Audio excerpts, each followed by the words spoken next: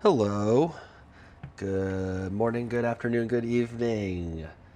It's me, Grant, back for episode. I don't know where we are. We're somewhere between 10 and 15. I'm pretty sure that's accurate. And it's 9:41 on Monday evening, August 10th. Finally found a free moment after putting the kids to sleep. So wanted to get this quick intro out there. Dragging my feet a little bit these days. Just been a lot going on, all good things. I am now a new proud homeowner times two. I just closed on a house on in Westview, which I am just freaking thrilled on.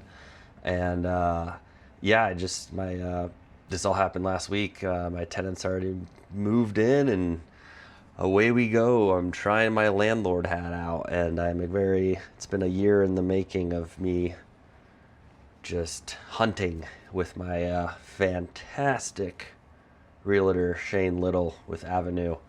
And also shout out to Laura with Highland Mortgage. Like, if y'all need uh, home people, realtor people, there's a lot in the schmooze, but these are my go-to. But but yeah, that was going on. And then sheesh, what else happened last week? So much I can't even recall. But I did want to put a couple more fun things at the top. Oh, the tool bank. Yeah, we went to the schmooze meetup. Holy smokes, that was one of the best ones yet. The Atlanta Tool Bank is just an incredible operation, and if you want to participate, like, literally everyone can participate. They just emailed me a second ago. I have something to share with y'all, and I'm sure I'm gonna find it very quickly. Yes, I am. Tool Tool Bank. Sorry, y'all. I meant to be a smidge more prepared. Here we go. October 3rd is when they do a 1 day only tool sale, and this is 50% off like every tool imaginable. And it's so they have thousands of tools. So, like, if you want to get, and this is like, just uh, anything you could find at like Home Depot or Lowe's, like, basically is what they got. And they do a 1 day only sale a year, and that happens at 8 o'clock on 8 a.m. On October 3rd. And then additionally, they need volunteers, anyone, organizations, team building exercises, um, just individuals, everyone, right? They also have a whole sustainability thing with tool repairs. If you're interested, if you know how to repair tools, that's great.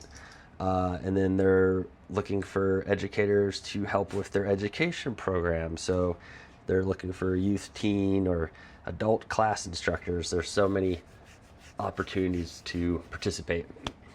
Okay, there. Is that it? Maybe two more things. Yes. Uh, the big annual schmooze palooza. That's what we called it last year. Name pending this year, but we're doing that November 14th, and that's in Grant Park. So thank you to the Grant Park Conservancy for helping us out. Speaking of Grant Park, Summer Shade Festival's coming up, and Peace of Mind Recycling is helping with the recycling for that. So yeehaw to that. And then last but not least, October 18th. This is big news. This is like my favorite news in the world.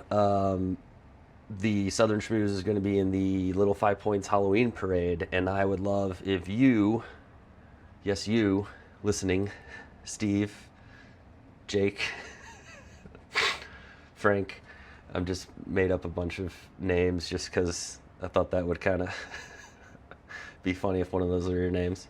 But anyways, you're obviously welcome, because, like, I was thinking we just get a whole army of us to, like, wear costumes, walk down in the parade together, holding hands and singing songs, right?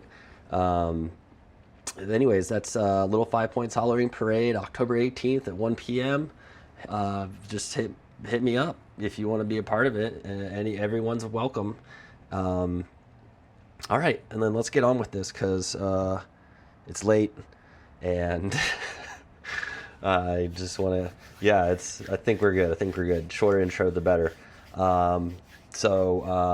Jacob with Frazer Roofing is tonight's guest / today's guest. I think this is just a quote unquote, or I don't know. It's an eye opening. I love the conversation. I think it's just like, I don't know. It's just something that I was looking forward to, and then we chatted, and I was like, great, damn, that was everything and more than I wanted out of that conversation. So I'll let the conversation do its talking. So I will stop now. So without further ado, this is Jacob with Frazer Roofing, and away we go.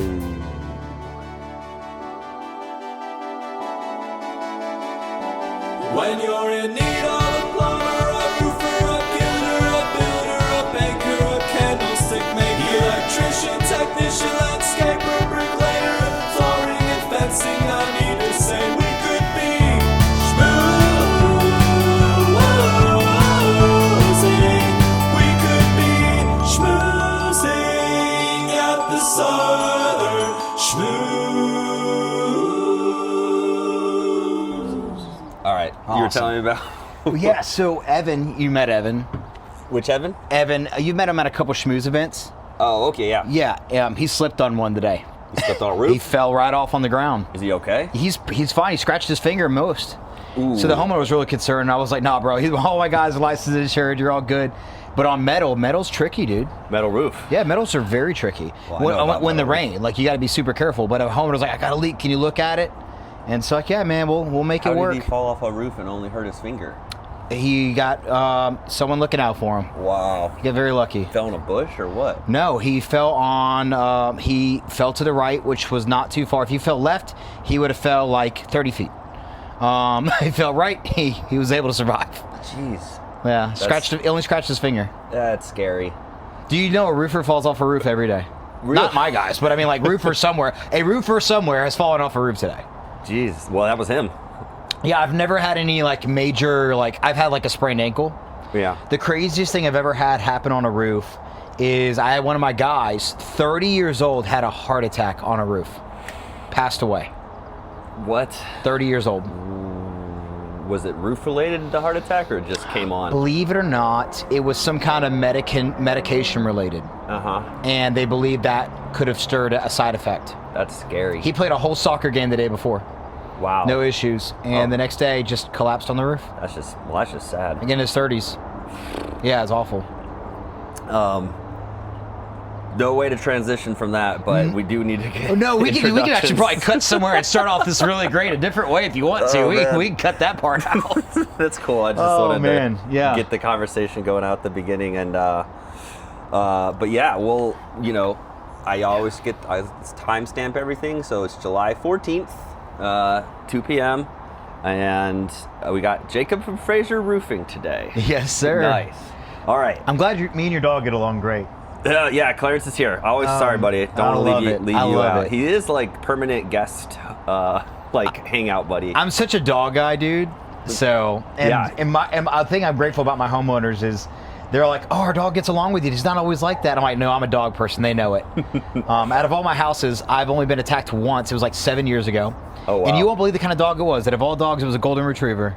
Oh, that's bad. Not common. Did you say your parents have Springer Spaniels? My parents have always had a Springer Spaniel. My parents have never had a dog that's not a Springer Spaniel. Wow, it's so unique.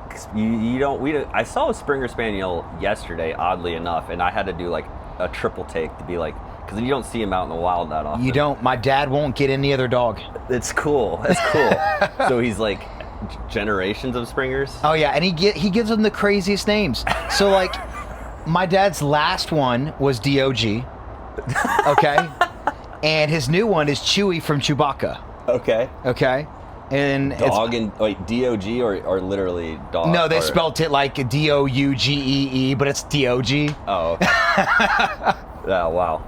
Yeah. Well, yeah, that's delightful. So you're in the roofing business. Yes, sir. Yes, and you probably, anyone that's listening probably has seen your name here or there or anywhere. You have, you have a definitely a social media presence, definitely a schmooze presence, definitely a, Atlanta presence, Kirkwood presence. Like, your name is out there. I have been here my whole life. There's not many of us, dude. Are you from Atlanta? I am not, but I love to say, claim Atlanta as my home, obviously, since I've been here for many moons now. And, I'm not moving ever. So Yeah. it's like, this is home at this point. But that's cool. Like, you've been Atlanta forever or Georgia forever? I grew up pretty much Metro Atlanta. My family, I used to work the food pantry as a kid on Memorial Drive. Okay. And my mom would make me work there every day, passing out and carrying ladies' baggages to their car. Because about 5th grade, my parents homeschooled me for a few years before I went to high school. Mm-hmm. I was like horrendously bullied, so they pulled me out of school because it was so bad. Oh, no. Yeah, it was so bad. And being short and overweight was not the best thing in school growing up, and so that was a hard thing that I had to go through. So my parents were like, hey, listen, we'll homeschool you for a little bit, maybe this will give you a little bit of a break. So my mom always had me. She was a volunteer at the food pantry in Decatur on Memorial Drive, and my dad would always take me to work with him, and he worked in Kirkwood and whatnot off near Memorial Drive, and every Saturday he would take me to Ann's Snack Bar. Do you know what that is? That's the one on Memorial? It used to be there. Yeah. Everyone called it Ghetto Burger. And it was like the spot. And my dad used to bring me there after work days every single day. Wow. So as a kid, I grew up, working in construction and whatnot. So my whole life had pretty much been in Atlanta, though my parents lived in Conyers. My grandmother lived on Atlanta Avenue. And so Atlanta's always been mostly part of my entire life. I lived in Knoxville for 2 years. That's the only time I've not been in Atlanta. But you go with Atlanta forever, or you think you might move somewhere? I love Atlanta. Yeah. The thing I love about Georgia is we're close to everything we want to do. Pretty much. Yeah. Like if I want to go to the beach, it's not that many hours away. Yep. We got lakes, we got mountains, we got the city, and we got the country. You kind of get the best of all the worlds. Yeah, and not to mention every single flight to anywhere in the world you want to comes out of Atlanta. True, and I have 50-50 custody of my daughter practically, so I don't see my child's mom moving, so I don't know that I'm moving until my daughter's 18. There you go. So I'm here. Cool. Which is a toll because she lives way out in South Georgia. So I had to buy a property 4 years ago in Thomaston, Georgia. Yeah. And so when I have my daughter, I'm out there. When I don't have my daughter, I'm out here when she's with her mom. And so it's a lot of back and forth. Yeah, that's also nice. Like to get out from the city every now and then, just to live a different lifestyle. It's a completely different culture. I tell people Atlanta and Georgia are two different states. Yeah, it is. But I know you've had a lot of jobs over the years. You even mentioned, I remember you're telling me you worked at Braves Stadium. I did. Growing up, I worked at Turner Field. Yeah. I pushed people around in wheelchairs. Yeah. I worked in guest relations. Larry is still the main guy there. That's one of the cool things I loved about being at the Braves. Their turnover rate for actual Braves employees is super rare. Mm. Like people go there who love the culture. Like my old supervisors, one of them is one of the CEOs over the Braves. Her name's Hannah Basinger, and she was my boss, and she's big up the Braves now. Yeah. And Larry, and it's funny because I'll see him on Instagram reels. People doing the Braves tour. Everyone's got to meet Larry. I'm like, Larry was my boss. He's known me since I was 14, and he's still there. And Braves are a big part of my family. We go to as many Braves games as we can. It's so funny. I haven't been to a Braves game in years, and my wife texted me today. She said, "You want to go to a Braves game on Friday?" Dude, you got to go. Let me know when you want to. We buy Braves tickets for our employees to share or to give our homeowners as a gift or whatnot. That's nice. So we buy a season tickets, but this year we bought half the season. It's the first year we kind of cut back. We bought half the season, but I'm pretty sure we're already there, so we may not have any more. But this is also the first year me and my wife didn't buy personal seats. Normally we do. Just because we were it was a budgeting year. We want to save because we've had a lot going on. I might move my parents into a house where all together. My parents are getting older. Yeah. And so we're all right, cool. Let's prepare for a new stage of life. Yeah. And we just took in 2 kids, and so that's additional. And so been bananas. You took it into Additional kids, yes, sir. adoption? Well, yeah, it's an interesting situation. So they had a really unfortunate thing happen inside their household that's really, really hard for those kids. And someone reached out to me and my wife, and they were like, hey, would you take this task on? And we did, and it was life-changing. And so we have a 6 and a 9-year-old on top of my daughter. And so this has been the last 7 months. Wow. Yeah. I do recall you mentioning that, and I somehow forgot. That's a commitment and a half. And how's it going? It is hard and rewarding. And actually, it's funny, I'll get emotional talking about it. And because it's not like, it wasn't on our bingo card. We weren't like foster parents trying to do this. This was not on my and it's funny because when I met my wife, she wanted to be a foster mom. That was her dream. Yeah. And we never like put our names out there. We got the phone call because these two parents were like, hey, look, and if these kids are going to go to somebody, you need to call Jacob and Katie. And so we were surprised by that.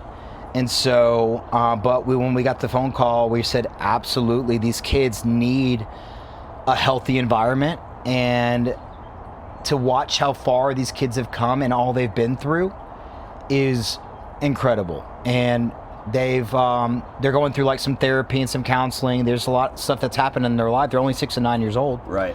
And me trying to be as careful with sentences as possible here. Yeah. But there's also a lot of challenges that come with that, because at that age they're so vulnerable. But I'm trying to love them like if they're our own. But there's certain things you can't do because they're not your own. And it's like, there's a little girl, and she's really, really sweet, and she needs her mommy and daddy to cuddle with. Like at night, a 6-year-old, a 9-year-old should be able to crawl into mommy and daddy's bed. But that's the thing I can do with my kid. I can't do that with someone else. That's just, there's a wall there. Does that make sense? No, it does. It's not. That sounds difficult to navigate, but so my daughter's at the house when she's up my weeks with her versus her mom. There's things my daughter can do with me, but that these kids don't have that emotional need to have. Maybe not yet. Not yet, and it's hard to explain and navigate that in the most loving way. So what I say is like, hey, listen, we're gonna do family movie night, and we can all cuddle up on the couch, and I word things that way. That way, they can get what they need as a family, feeling close and whole and all that. And so a lot of that lies on my wife's lap. Yeah. Because girls are more gifted at the nurturing aspect, and sometimes us guys are. They have a gift that we sometimes just don't have. And so that's amazing. Yeah. I mean, wow, I didn't know we were going to jump into that so quickly, but wow, that's amazing. I love it. It's, I don't hear about that often, just, I'm sure it exists. I'm sure it's there, and it's just one of those things. I'm glad you talked about it. Thanks. Well, yeah. So the way they could flow it back in is, it's definitely thrown a curveball at my type of work life, because normally, on my days that I didn't have my daughter, I'd stay at my apartment in Atlanta, and I just got rid of 3 months ago. I just got rid of my apartment because I'm like, listen, these kids, I need to come home, because if I can show what healthy dad looks like coming home from work, helping with the dishes, helping things around the house, they don't need to see an absent male role. They need to see an active male role that does things like, with my wife, that does things in the house. Yeah. Because me and my wife, we created a life where she knew, hey, my whole life's in Atlanta. So when I grew up here, so it's basically like when I'm at work, she knows when I don't have my daughter, I'm usually managing everything and staying in Atlanta. And when I have my daughter, we're all together, as a whole. Or my wife will come to stay with me at the apartment here in Atlanta. Mm-hmm. And so now I got rid of the apartment, because who's going to pay $2,500, $30,000 a month not to stay somewhere? Yeah. Because I'm going home every night. Yeah. So that has changed things up.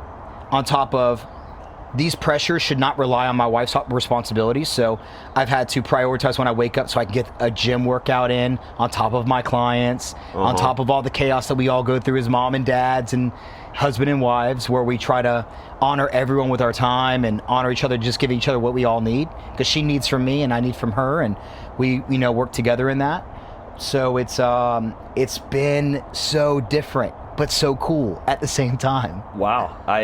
This is a wow, this is a very apropos conversation. Just at the moment, I was listening to did you listen to the Huberman podcast? No. He's like a scientist, and he was literally talking to someone today about the work-life balance and how it's one of the most key things in life, in addition to love. And you're like hitting all these points at once. And how are you?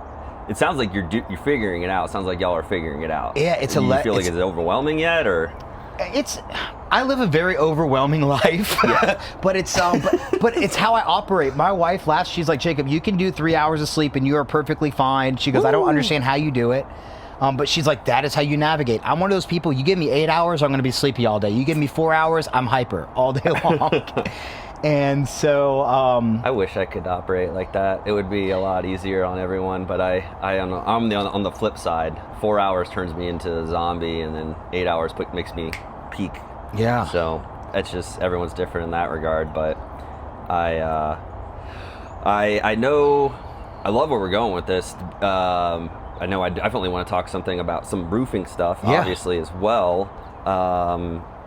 Does there any key things you want to talk about, or you just want to keep it kind of flowing naturally? Oh, dude, we'll see where it goes. I don't ever plan this stuff, so forgive me because I'm a talker. Yeah. And sometimes people love that, sometimes people hate that. It's just my personality, and so no, it's definitely fun, and I can kind of share how the whole roofing life started. If you'd like. Because how long you're at Frazer now, but you haven't always been there. You were doing other kind of roofing before. I was. So believe it or not, I worked in home energy sales. Okay. Yeah. So my first when I left the Braves, we'll just kind of go there. When I left the Braves, my dad worked for Comcast, and he was like, "Hey Jacob, you should try this out."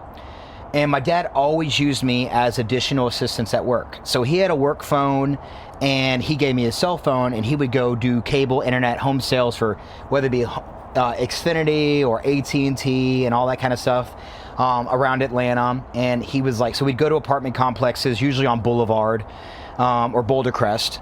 And I remember being on Boulder Crest all the time. And you dropped your toy. So we would do cable sales. So he's like, hey Jacob, bring this flyer to a home, and if they're interested in it, call my phone, I'll come over and we'll give them some cable and internet and whatnot. Yeah. And I did that for the longest time. Then Comcast got rid of their entire sales department, and I was like, oh no, I need to do something different. And I was 21. Okay. And I got hit up by a home energy team in Atlanta. They reached out to me and said, hey Jacob, we'd love to have you on our team. Can we send you to BPI school, Building Performance Institute? And because we want our homeowners to have the most educated guys in the field. So I used to go around, do everyone's crawl spaces, ductwork, attic insulation, making homes more energy efficient. And I did that for many years. And then roofers were hitting me up like crazy because I still did social media when I was at the home energy company. And and so roofers like, dude, if you did what you did with this, because they knew me watching my content, and roofers like, dude, you would do really good in this industry if you ever got into it. And I turned it down for the longest time, over and over again. And eventually I was like, you know what? Why not? Why not check it out? I got roofers hitting me up nonstop, and usually it was at the gym.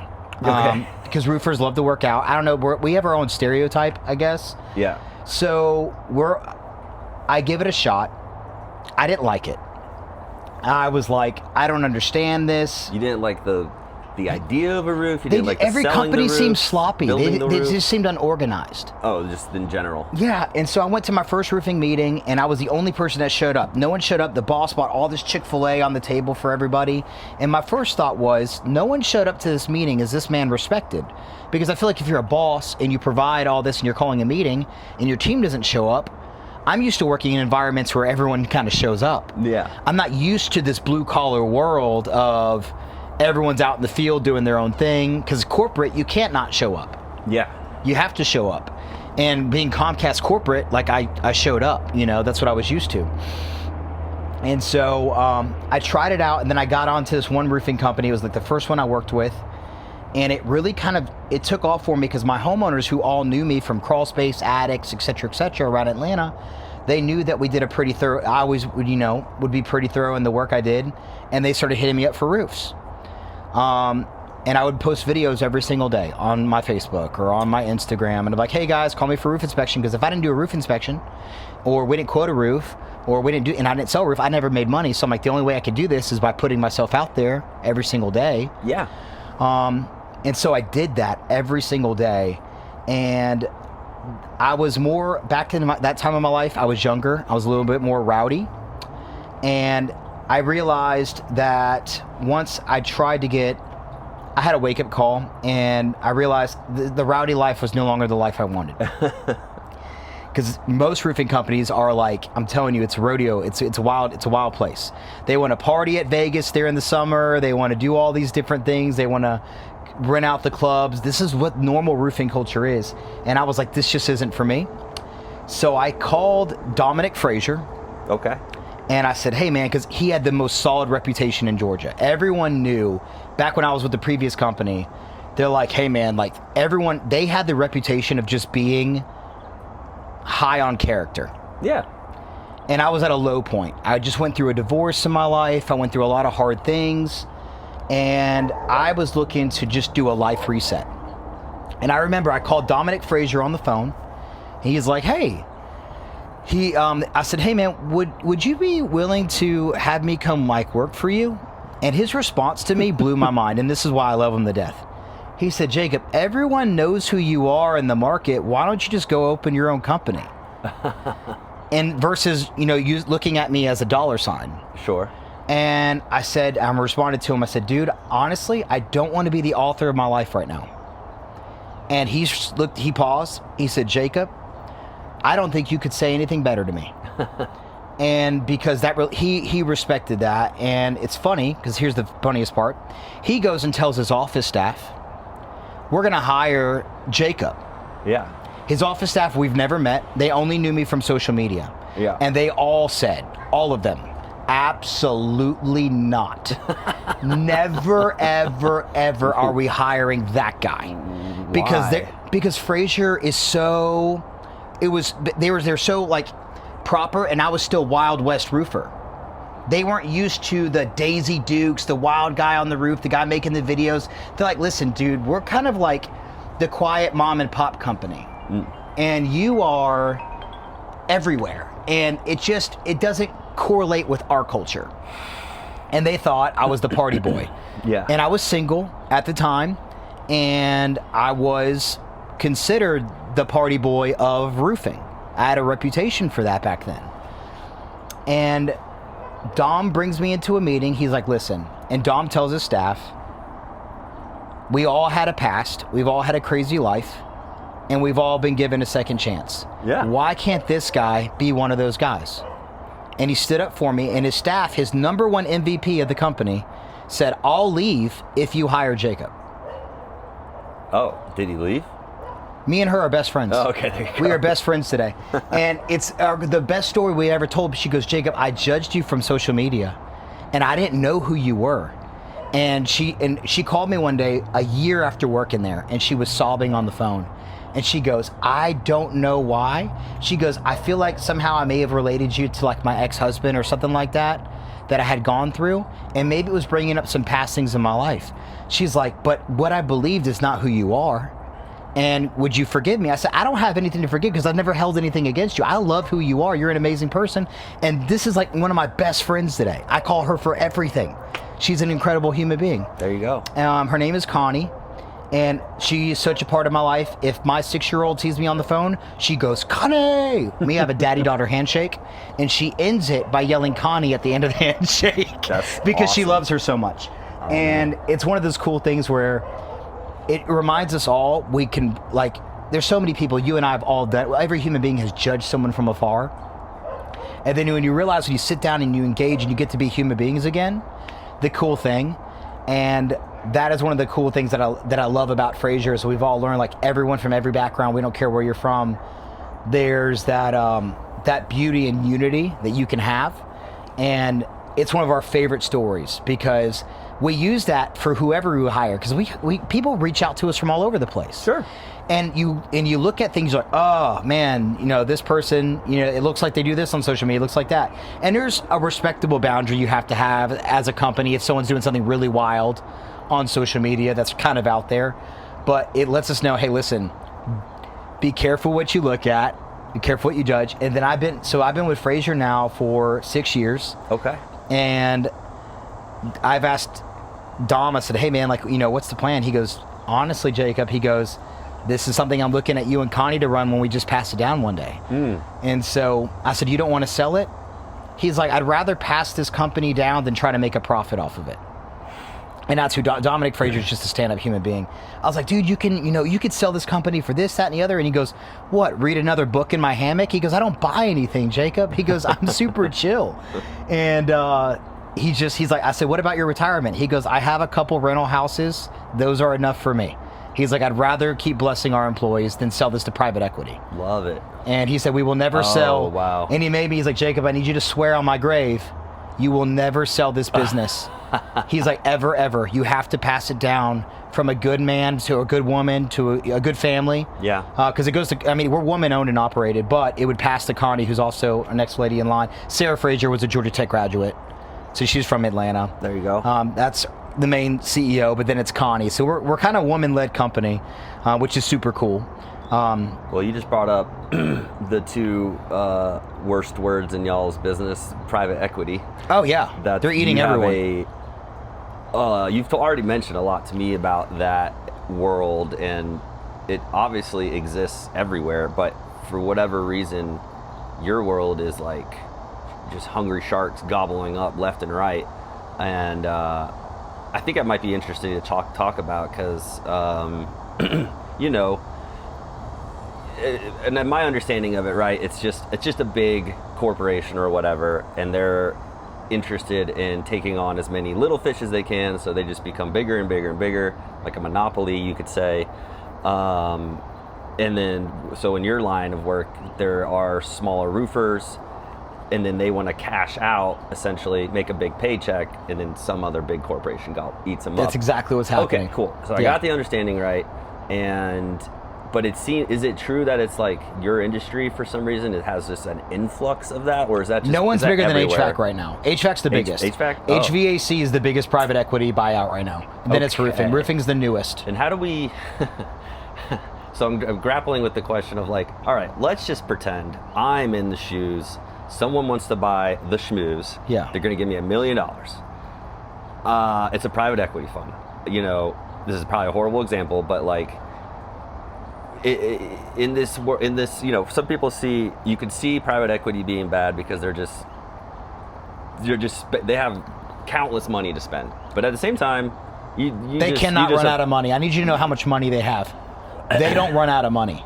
But I do. Am I supposed to feel bad if I'm selling something? Like, I don't want to sell it. It's perfectly honest. But I'm just like trying to put myself in the shoes of like, I would love to sell this to somebody to make a profit for my family, so I can continue living in Atlanta and like have that like that lifestyle, that whatever they want. Like, I mean, it sounds good in that sense because like I getting what I want out of the situation, but I don't know if I'm even asking this in the right form. I know I follow you. But like.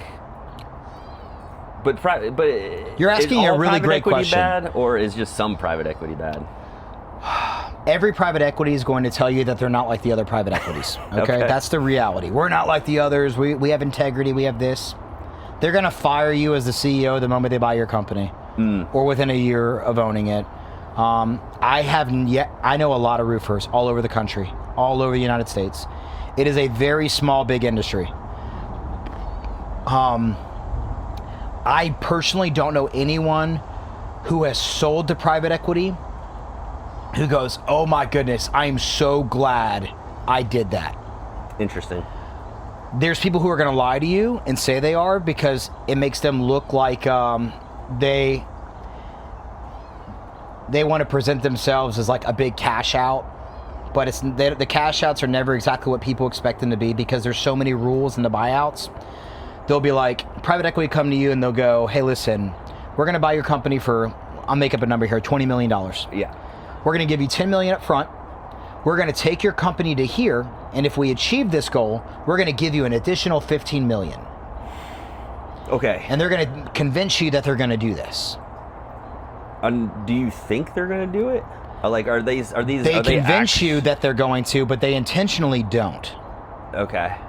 Are they trying to Are they literally trying to buy your company and just push it to the side just so to move you out of the way, or are they actually trying to improve? Both. You're going to get a mixture of both. Okay. It depends on who you're bought from. There's 5 big fish right now that are pretty much dominating as many as they can. They're competing to who's going to be the biggest fish. And they're trying to accumulate as many companies as possible. They want to control the market. There's one company in Georgia that has 12 outfits under 12 different names. So you think you could be getting 12 different bids? You're getting a bid from the same company. And do you think they're doing this one particular company? Do you think they're doing good work, or do you think they're kind of just making money however they can make money? Yes and no. They're going to put on a quality roof. Okay. They're going to, but also, here's a situation I had yesterday. This lady posted a post in a Facebook group. Hey, don't use such and such roofing company. I can't get them to come out and fix this. They want to charge me $3,500 for this repair, although they put my roof on 6 years ago. I know this company. It's a very, very popular company. And I message her. I'm like, you know what? Maybe, because I will do things just because I don't like private equity. Yeah. And so I will fix somebody's roof sometimes free of charge, just so private equity doesn't touch it. And how do you know that? Because you just said there's one big fish, right? Yes. But then it owns 12 other medium fish. How do you know private equity is behind it? Is it public knowledge?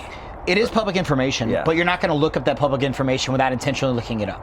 Yeah, because you're a homeowner, you're just whatever. I'm just going to go with who I like. Yeah, you're going to know. You're going to Potentially. know Bob or Chris or Sandra or Sarah that works there, and you're going to support your friend that works there or your local roofer. That's just an employee of that entity. But this lady calls us out yesterday. I look at the roof. The roof's 6 years old. They didn't follow it to code, and they told her, "Listen, these issues are not our fault, and you need to get these fixed. And you need to pay." They charged her.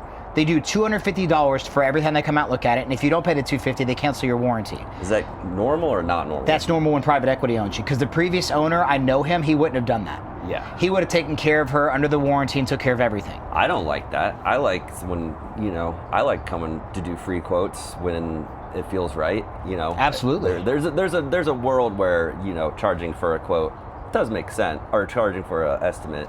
But there are those industries where it's normal across that industry. In roofing, that's super rare. Yeah, okay. It is super rare to charge for a quote in roofing, which is crazy because it cost us money to give a quote. Yeah. Not only are you paying for gas, you got to pay for the measurement.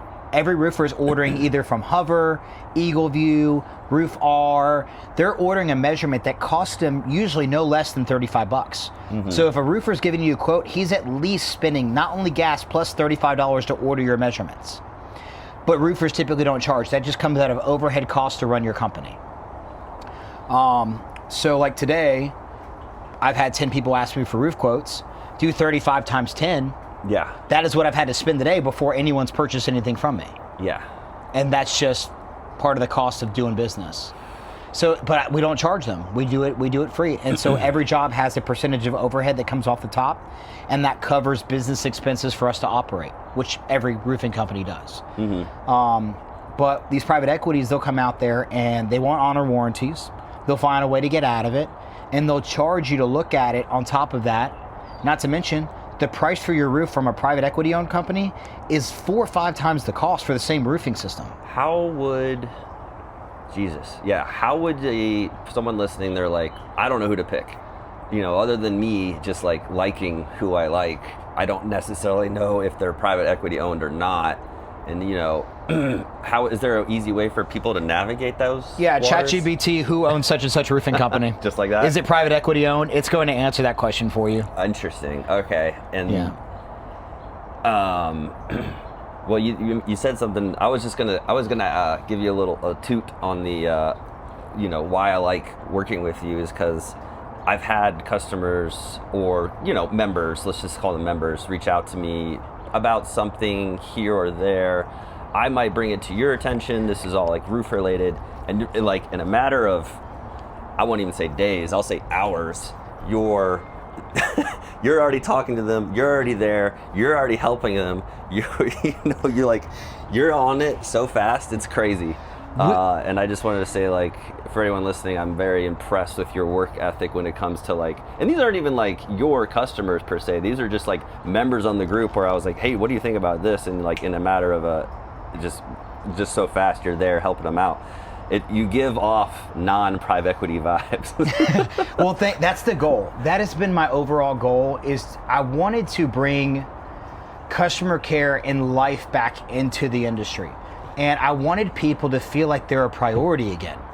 Yesterday, I did 3 appointments that all called, and I was at all of their houses within 30 minutes to an hour. And that's happened mainly because I've been in Atlanta my whole life. And so we call that what's called 5 Mile Famous. There's a trade term for it, which means you're known in a particular radius so much that the people that are calling you get faster service because you're already there. Right before I got to your house, I had 2 appointments that called me today.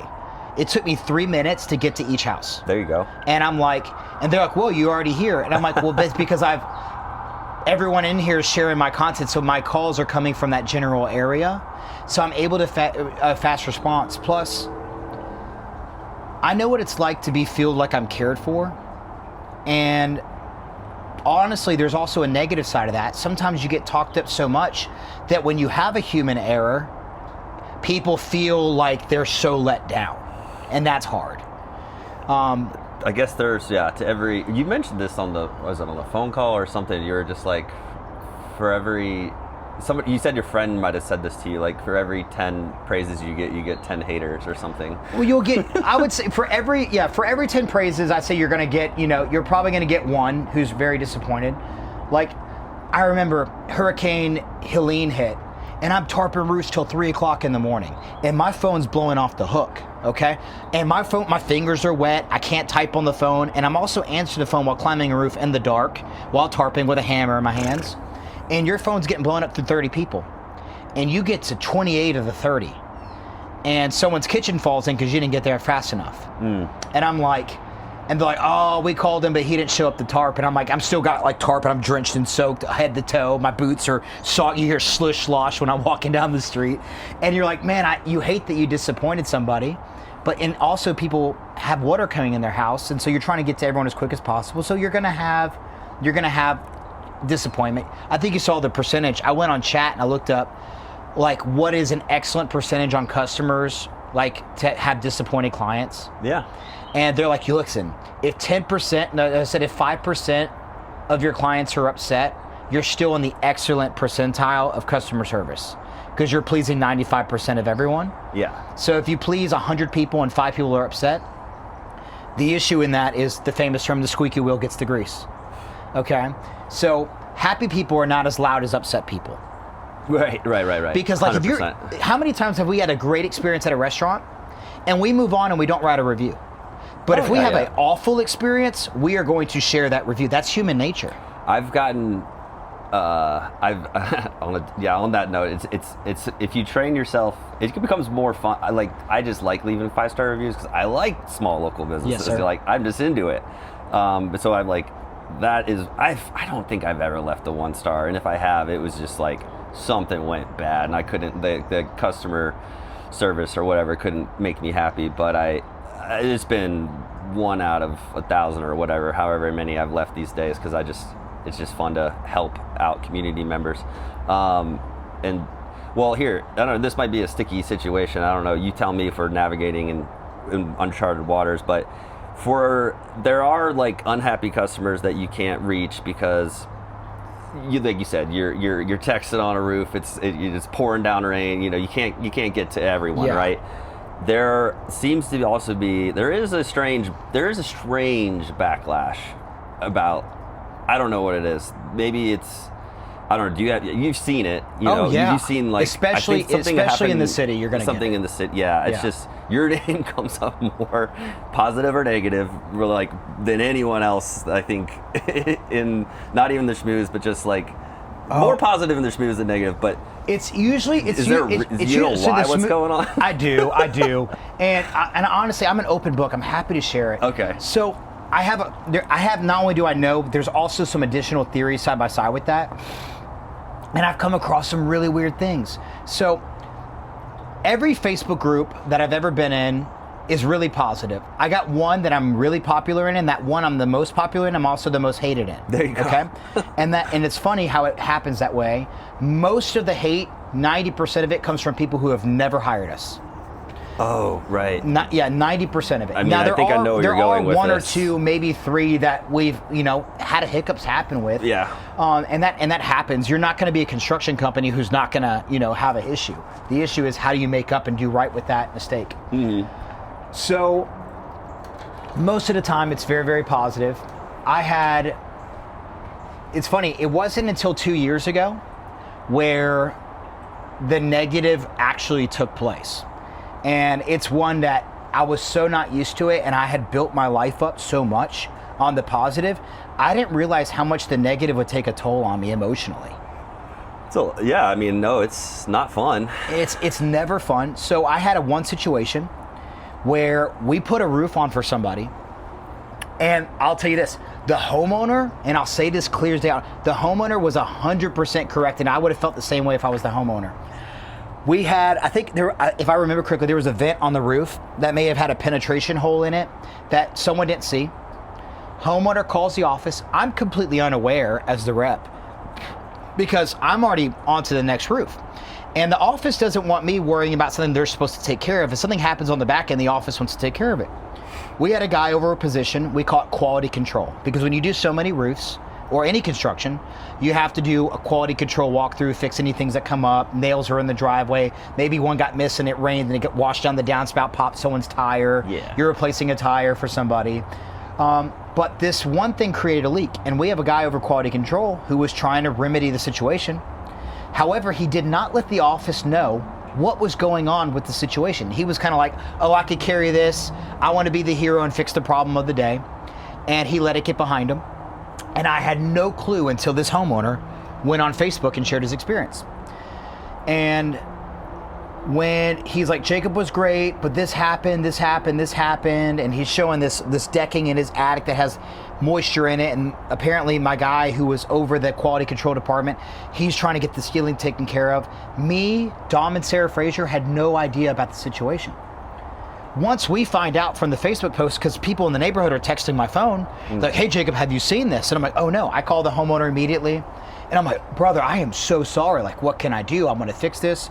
And we paid $14,000 to him to have a contractor of his choice fix everything that he wanted fixed, which I believe is the right thing to do. We never asked him to take down his post. We just wanted to treat him so good that at the end of it, that would be self-motivated, and that's our goal. Do so good that the homeowner's motivated. But once he said something negative on Facebook, there was a group of people who could not stand us for multiple reasons. There's this one lady who came on there, and I've never met this lady in my life. We'd never quoted for her, never worked for her, but she took the word faith and Faith Family Frazer Roofing, and she may have had some kind of negative context toward that. She was like, oh no, these are white Christian nationalist roofers. And I'm like, oh my gosh, I'm Jewish. Like, what do you mean? And there was no pleasing this lady. When I said I'm Jewish, she's like, are you one of the genocide Jews? And I'm like, oh my Lord, there's no, like, no matter which left or right you take, there would have been a negative context toward that. And some people give me advice that, Jacob, let it go. People will know what's real versus what's not real. And that was a hard thing for me to swallow. I'll tell you what, Grant, I didn't eat for 3 days off that post because my wife goes, Jacob, you're such a people pleaser. You can't let the weight of the world or the weight of 5 people. She's like, you've pleased thousands and thousands of clients. And she's like, quit letting 5 people. And she was upset. She's like, she was so sad how much it was eating me alive. But it was one of the best lessons I ever learned in my life, Grant. Because here's the crazy part. I put so much core belief in my own reputation, in my own customers, in myself, that I let the buildup of praise build me equally to I let the teardown of upset, what's it called? People's praise will kill you and people being upset will tear you down. I let my identity rest on the words of people who have never met me, never shook my hand in my life. And when I spaced out, I went in such a dark place. I'm like, why am I letting this take away from me being a dad at the moment, me being a husband, me being a friend? And I'm not an overly religious person by any means, but I felt like in that moment, I almost heard God go, why don't you trust me? Because business only boomed after it, because people thought it was so insane and the comments were so cruel that they called me for it. And they were like, no, dude, like, we know who you are. We could tell bizarre versus not bizarre. When people are bashing you for your cologne and silly things like that, it makes us like, are you kidding me? Yeah. And it was a weird wake-up call. And so, I think the word faith triggered some people. Can I tell you, do you know where the word faith came from in our logo? Go ahead. So our guys, I don't hunt. I've gone hunting one time and there was no deer that came out when I went hunting. So I never got to I sat in a tree one time in my life. So I'm not a big hunter, but my guys all like to hunt. And a lot of them like to duck hunt. And part of the duck hunting culture is a phrase called faith family ducks. Okay. And so because our guys hunt, they came up with faith family Frazer roofing because it was part of a lot of the guys like to duck hunt. And so when people see that, though, they have their negative feelings from whoever gave them a bad experience, or maybe someone was religiously rude or mean to them, and they correlate that word with a character that we just aren't. And I've just got to realize, I was working at the Kirkwood Spring Fling this past year. Sure. And this lady walks past my tent. She doesn't even know who I am. I'm standing in the street, and she goes, "Don't hire Frazer." And she said it to her group of friends right there. And I walked down the street and I say, "Hey, ma'am," and she didn't know who I was. I said, "Hey, I'm Jacob. I'm Frazer Roofing." I said, "Did we ever do anything upset you? Because I'd like to make that right. I would love to change." She goes, "Actually, you were great at my house. I just don't do anything with faith-based companies." Crazy. And I was like, and I explained the theory to her, and her friends were like, "No, she's like, you're great." She goes, "There's just whatever experience she had. Here's the thing I've learned. I'm not going to bash someone's experience because she has a right to feel how she feels. And I never want to step on people's life experiences. But we also have to learn not to judge and preconceive what people's meaning behind things are or anything like that, because we could take away from someone that could be actually really great for us for a simple term or a simple phrase. Yeah. And so that's played a role. I had a lady last week go, she went on one of the neighborhood pages, she goes, and she blocked me from seeing the post. Somebody else sent it to me that lives in the neighborhood. And they're like, "Jacob doesn't live here. He lives 2 hours away in Thomaston, Georgia. And don't hire him because he's actually not a local." It is because I'm harping on this for no other reason than it's just like wild how, because I see thousands of posts a year, right? Because I'm monitoring whatever comes through Shmooze, et cetera, but it is bizarre why you are so under fire, under scrutiny, under praise, or whatever you want to call it, hate or something, but it's just like, you know, my parents taught me you don't have anything nice to say, don't say anything at all, but it's just like, I mean, you know, there's a right time and a right place for those kind of like comments, and those, it's just strange that you're so ingrained in, I guess it's because you do so much, right? It's because we're so loud, and it's because we're loud. I mean, how many, because you said like, how many roofs do you do a year? Oh, 1,900. Personally? Personally, me by myself, 350. 350, so that's so many roofs, and that's so many customers, and that's so much like.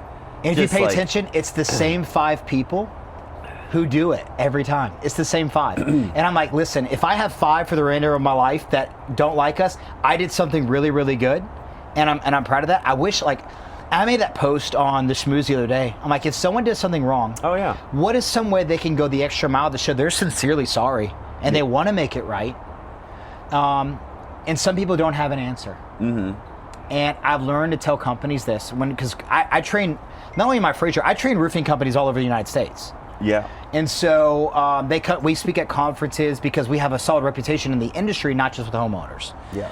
And I tell roofers this because they have upset clients, and I say, ask this question: if you were me, what would you do for you? Yeah. Because if the homeowner picks the answer, because sometimes if you pick it, there's no answer you're going to pick that's going to satisfy them. And so sometimes you have to ask them, hey, listen, we want to make it right. But if you don't want to make it right, we can't, if you don't want us to. Right. But if you do, let me know what I can do to show you that, hey, number one, we're sorry it happened. We want to go the extra mile to make it right. And imagine if this was your kid's business. Would you tell your kid if they made a mistake? Hey, wash it up, pack your bags, never show your face again? How would you train your kid?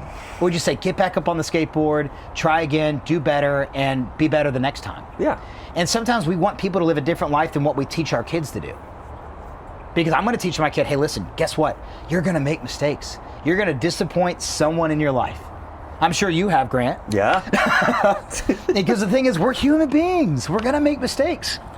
And the thing is, what do you want to be known for? The guy who quit and ran away? Yeah. Or the guy who got better and treated homeowners the right way? That's really like, as far as like becoming one of our Shmooze certified members, there's only a few quality things that I'm looking for. It's like, do you work in Atlanta? Like, obviously, right? Do you do good work? That's an obvious one. But the biggest one, in my opinion, is what if something shit hits the fan? What are you going to do? How are you going to react? And if you don't even make, you have to make an attempt. If you're not making an attempt, then you're already getting kicked out. But if you just gotta pick up where you left off. And there's a whole scenario there where, like, is the customer always right? There's navigating those waters can be difficult at times. But if you're not putting the effort in, then you're not a quality kind of member I'm looking for. So all that to say, sorry you have to deal with all that, but I mean, thick skin probably helps a bit, and I think you're going about it the best way you can as far as shrug it off to a certain point.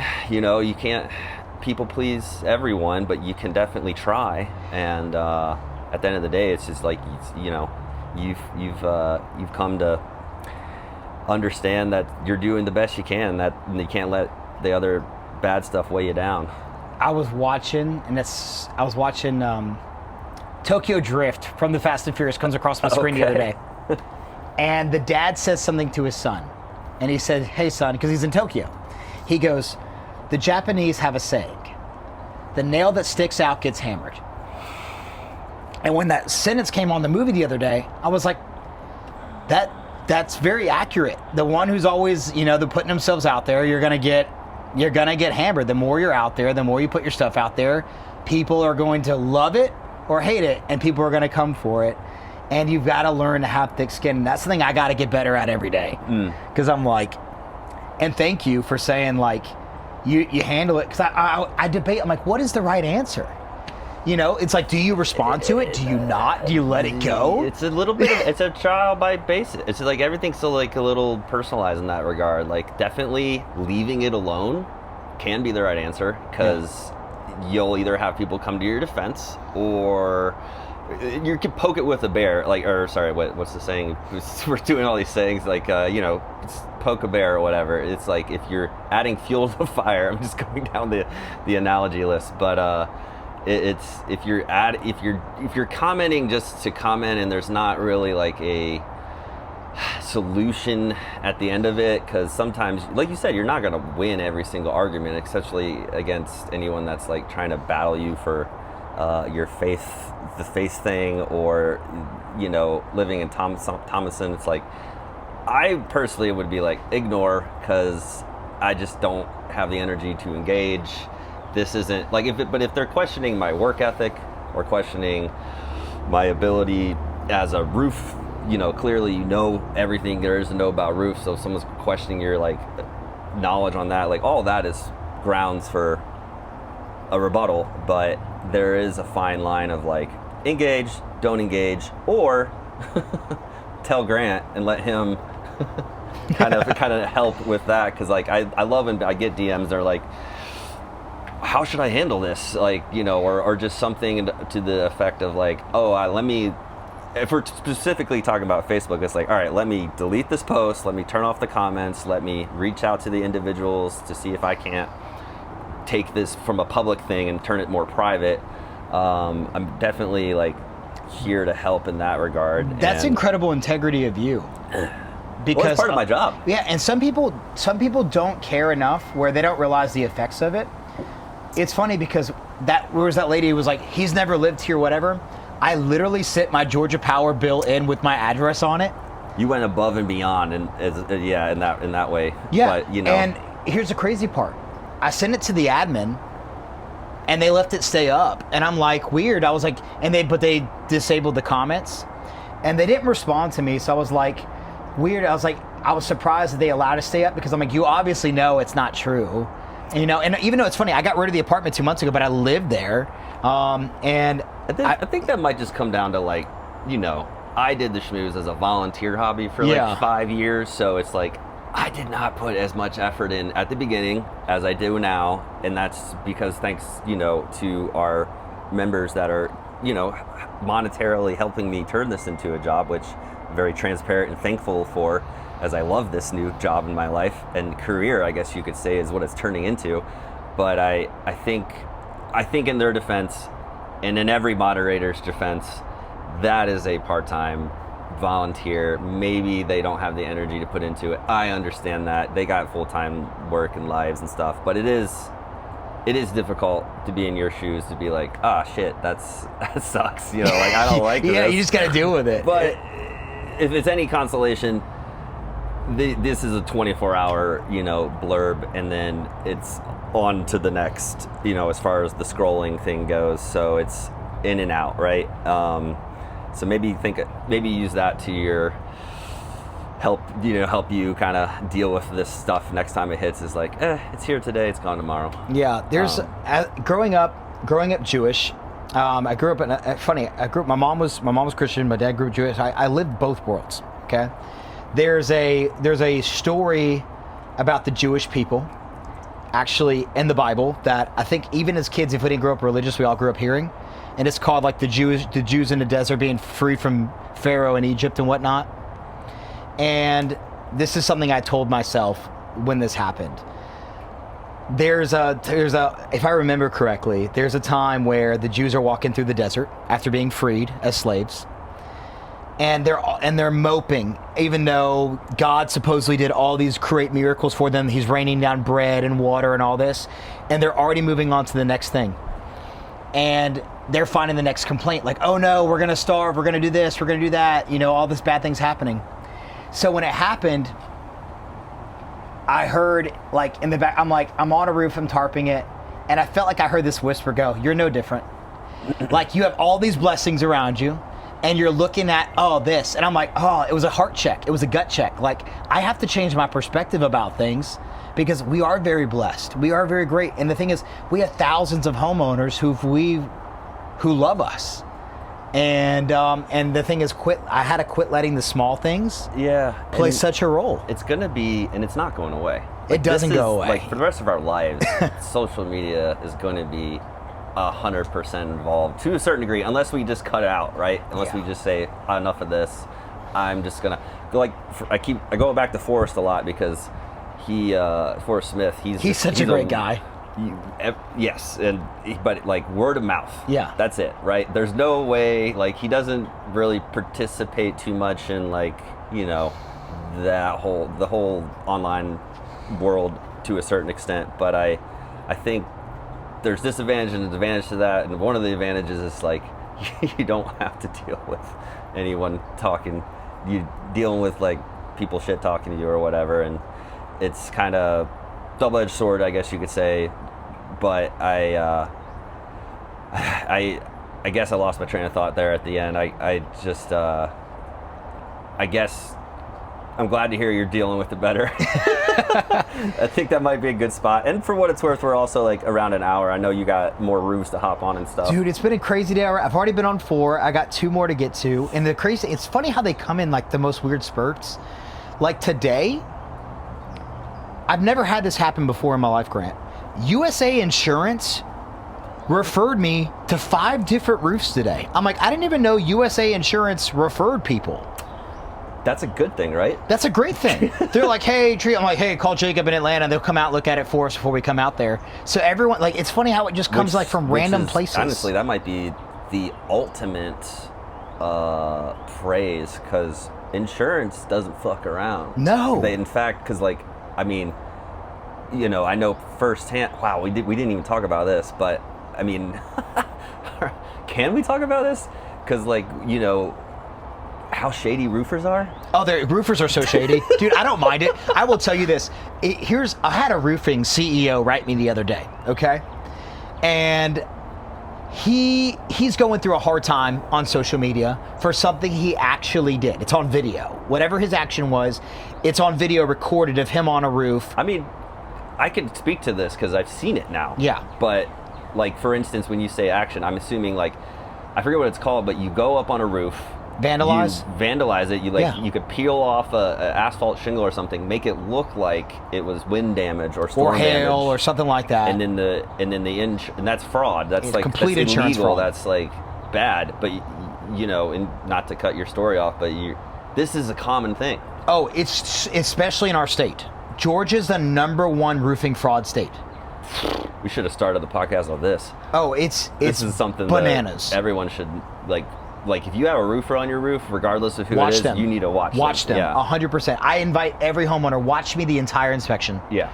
Most of my clients pay retail. Georgia's the number. I just Can I tell you over why? that fact. Can I tell you something number one crazy? in the country? Okay, it's probably us in Texas, but Texas, they actually get Jesus. storms. Georgia, we're not a storm state. Okay. Do you know why I stay so busy in Atlanta? It's trees. Oh yeah. It's trees hitting roofs, branches hitting roofs.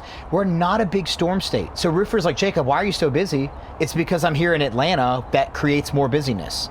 If I was just in Gwinnett County where all the neighborhoods are suburbs with all the trees cut down, I'm going to have less calls. Yeah. I get so many calls because trees hitting roofs, branches hitting roofs, things like that happen. Or the trees are overhanging the valleys, so all the leaves are bowed, creating leaks on the roofs because people don't blow their roofs off. So Atlanta creates a bigger clientele for roofing needs than other cities in Georgia. And also real quick, just before I lose my train of thought, sorry, I got one track mind, but regarding the USA having your back, like that is crazy cool because they, specifically USAA, that's who I have, they picked up on some what do you call it, malfeasance. They picked up on some kind of shady things going on my roof. Yeah. And then that looks shady on me. It does. And I'm just like, wait, what do you mean? What? I had no idea. And that is, so with the fact that they're vouching for you means like, holy shit, you've cracked the code on them like trusting you as a not shady roofer when you just said Georgia is one of the worst it is in the so country. adjusters have their favorite group of roofers, okay? And when it comes to insurance adjusters, they like Frazer a lot because they don't see nonsense on roofs typically. Then again, we are a company that hires people from other companies. We could hire a guy who makes a really insane decision on a roof. Yeah. That's not any company can. You could hire a waiter that spits in the food in the back of the kitchen. There's so many things you could hire an individual that you can't control all the outcomes of. But they look at our roofs, and most adjusters can tell real damage versus fake damage. There's patterns that humans walk in. Oh, weird. The damage is only where a person can access the roof. Like you can't climb that 15-pitch roof at the middle of it and create wind, but it's all where your fingers can touch, where you're walking it. And there's certain things that they can pay attention to, or what's called mat transfer, where the shingle looks like it was peeled back. You showed me drone footage of you catching people. Oh yeah. Oh yeah. How come? But are we allowed? Can we? I've been wanting to make a PSA announcement for a while, but is that fine to do? I would 100% do it. Oh. I would always tell people, like waiting on your approval to be like, if go for it. someone's hands are on the shingles, Can we post that video? lifting them of up? that? Can we post the video? Of course that you sent can. Me? Oh, okay. Absolutely, I you think can. I lost it, but it was. I'll nuts. find it. I'll send it to you. Here's the crazy thing about that situation. That was back when my brother worked for us, and my brother caught the guy. Yeah. They're freaking out on the roof. They follow my brother. My brother and me are complete polar opposite personality. We're 9 years apart. And it's funny, I say the difference is my brother grew up in Gwinnett County and I grew up in Atlanta. So I'm a little bit more, hey, I'll check you. And my brother's like, hey, my brother's a little bit more like, my brother's very non-confrontational. And so my brother, they come up to him and they want him to delete the footage because they know they're busted. And my brother goes, no. He breaks the remote and rips my brother's shirt. Oh, yeah. And they didn't realize it was my brother.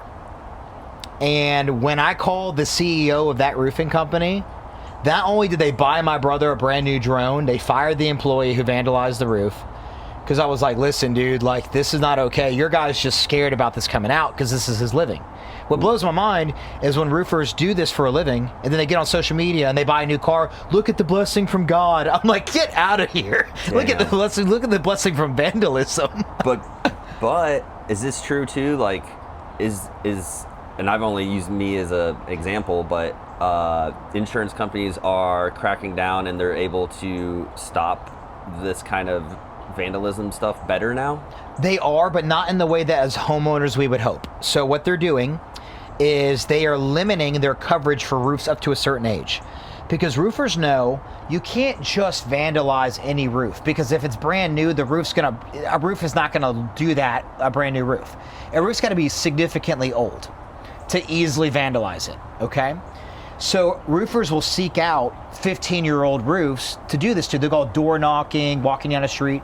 So a lot of roofers, not all door knockers, I grew up door knocking too. A lot of roofers will knock on your door and go, hey, we just got your neighbor's roof approved. We gave them a free inspection. Can we take a look at yours? And you might see that roof going up. And you go, and you can look it up, and they're valid, they're solid companies. But they get up there, and that guy's like, how do I get a quick commission? Just because they got 5-star reviews on Google and they're BBB certified does not mean the employee is about to do a smart move on your roof. Yeah. So they get on your roof, and so what insurance companies go is, hey, listen, we're only going to pay 60% of the value of the roof, and we're going to increase the deductibles so that if a roof reaches a certain age, we're not even going to pay the full amount anyway, because their insurance is going, we expect roofers to go out there and do this now, so we're not going to pay full amount no matter how old the roof is.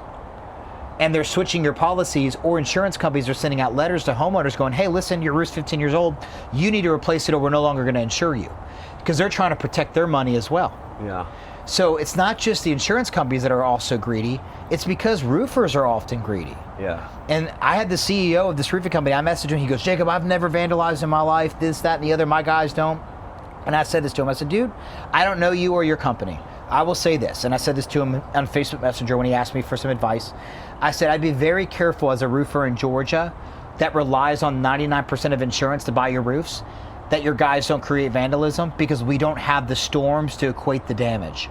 We're not Oklahoma. We're not Dallas, Texas that hails baseballs every 5 years. Okay, Georgia, our hail looks like Zaxby's ice. Okay, it is not damaging roofs, but once in a particular small mile radius circle every 1 to 10 years. Okay, it is so rare. So the amount of roofs that get bought in Georgia for insurance does not match the storms that affect our state. Right. And so insurance does crack down. Plus they track the storms for that house. We know what storm hit what house. Yeah. And so do roofers. They're going to go if a storm hit. So insurance is cracking down where they're sending out letters. My sister-in-law got one the other day.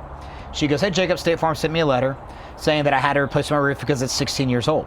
Because they know that any day now, someone's going to come and knock that door, or they know that they're going to pay for it for when, because the roof becomes more vulnerable to storms the older it gets. Mm-hmm.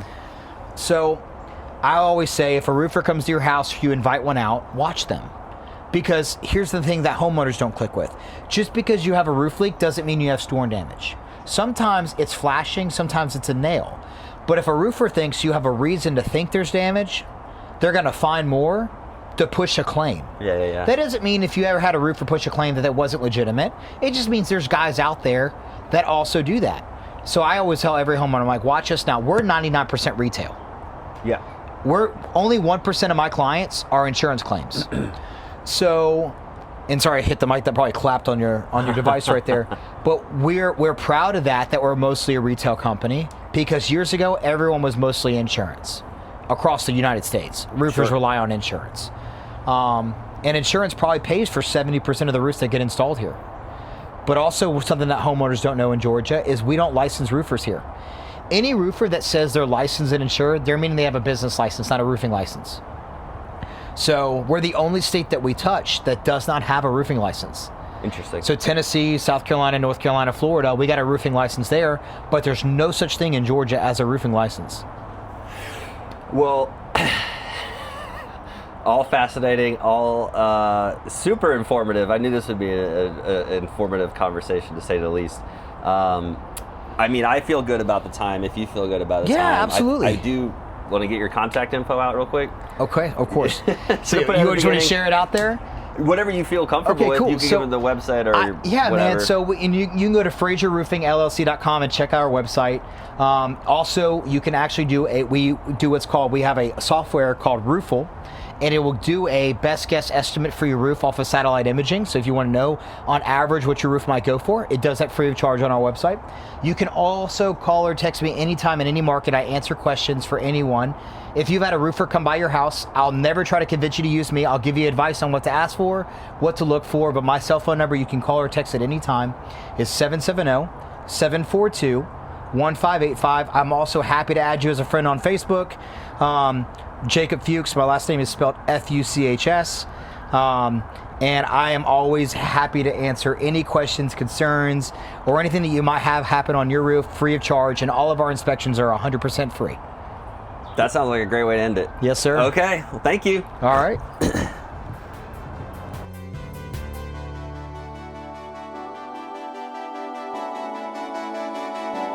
When you're in need of a plumber, a roofer, a gilder, a builder, a banker, a candlestick maker, electrician, technician, landscaper, bricklayer, flooring and fencing, I need to say we could be schmoozing. We could be schmoozing at the Southern